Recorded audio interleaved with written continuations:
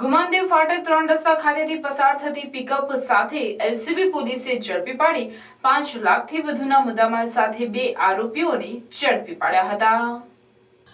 ઉચ્ચ પોલીસ અધિકારીઓ જિલ્લામાં મિલકત સંબંધિત ગુનાઓ અટકાવવા તથા વન શોધાયેલા ગુનાઓ શોધી કાઢવા અસરકારક અને પરિણામલક્ષી કામગીરી કરવા સૂચના આપેલ। જે અન્વયે ભરૂચ જિલ્લા એલસીબીના પોલીસ ઇન્સ્પેક્ટર એમપી વાળાના માર્ગદર્શન હેઠળ ભરૂચ એલસીબીના પીએસઆઈ એમએમ રાઠોડની ટીમ ઝઘડા વિસ્તારમાં પેટ્રોલિંગમાં હતી। દરમિયાન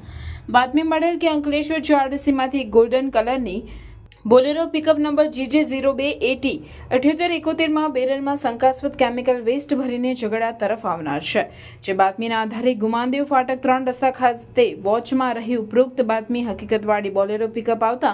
તેને રોકી લઈ તેમાં ચેક કરતા પાછળના ભાગે બેરલ નંગ 8 ભરેલ હોય, જેમાં પીળા કલર વાસવાળું કેમિકલ આશરે 1600 લીટર મળી આવેલ। જેથી બોલેરો પિકઅપમાં રહેલ બેરલમાં ભરેલ શંકાસ્પદ કેમિકલ રાખવા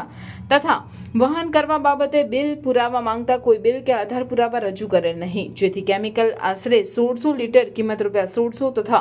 બોલેરો પિકઅપ નંબર GJ02AT 7871 કિંમત ₹5 લાખ મળી કુલ કિંમત 5,01,600 ના મુદ્દામાલ સાથે